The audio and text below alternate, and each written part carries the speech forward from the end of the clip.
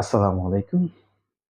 আজকে যে বিষয়টা নিয়ে এসেছি সেটা হচ্ছে যে কি আগে মায়ের তারপর বিচার। এই যে আগে মায়ের তারপর বিচার এই শব্দটা রয়েছে, দুটো শব্দ রয়েছে।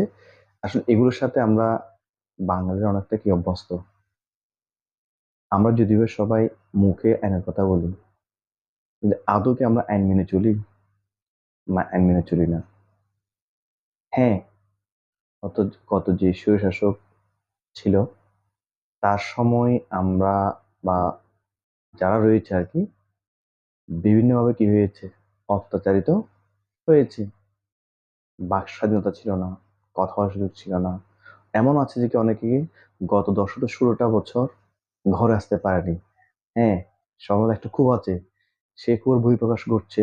কিন্তু আমরা যদি দেশকে ভালোবাসি, দেশকে পুনর্গঠন করতে চাই, তাহলে আমাদের সবার উচিত যে কি যে যে অন্যায় করেছে তাকে সে অন্যায়টা আমরা কি আইনের মাধ্যমে দেশের প্রচলিত যে আইন রয়েছে, অথবা বর্তমান যারা দেশের দায়িত্বে রয়েছে তাদেরকে চাপ সৃষ্টি করে নতুন আইন প্রণয়ন করা, যার মাধ্যমে আমরা যারা অন্যায় করেছে তাদের কি করব, বিচার করব।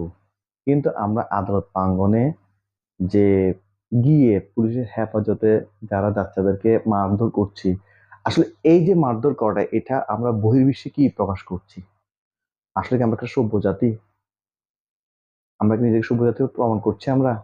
আমাদের একটা কথা মনে রাখতে হবে, আমি বা আপনি যাই করেন না কেন সবগুলো মিডিয়ার মাধ্যমে সারা বিশ্বে ছড়িয়ে ছিটিয়ে যাচ্ছে, যার মাধ্যমে আমরা বাঙালিরা কেমন তা সবাই বুঝতে পারতেছে। আমাদের উচিত আইনকে মেনে চলা। হ্যাঁ, ক্ষোভ থাকতেই পারে, ক্ষোভ থাকতে পারে, স্বাভাবিক। কিন্তু এই ক্ষোভটা আমরা প্রকাশ করবো কিসের মাধ্যমে? আইনের মাধ্যমে।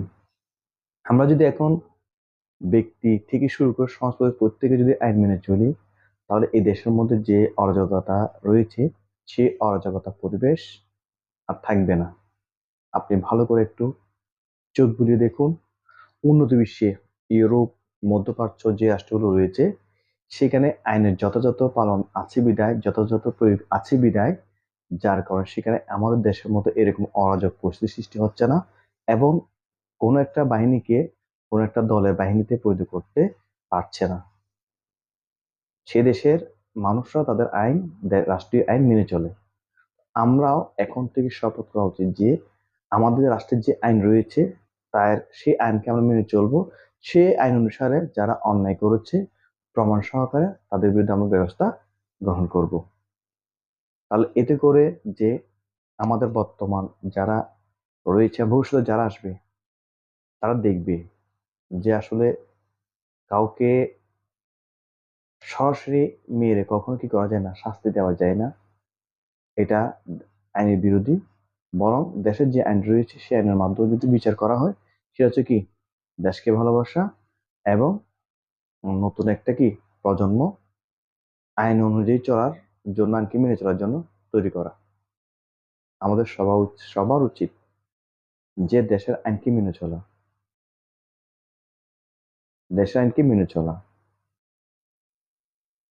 নিজের হাতে নিজে কি করা, কি করা নয়, দেশের আইনকে হত্যা করা নয়।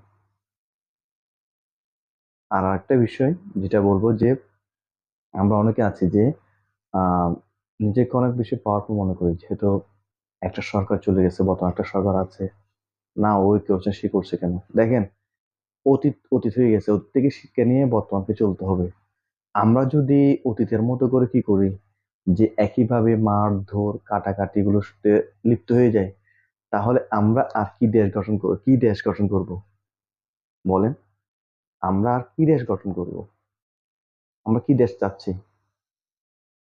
তাই আমি সবাইকে উদাত্ত উদাত্ত আহ্বান জানাবো, আমাদের সবার উচিত সবার সাথে সুসম্পর্ক বজায় রেখে চলা এবং দেশের উন্নয়নের জন্য কাঁধে কাঁধ মিলিয়ে একসাথে পথ চলা।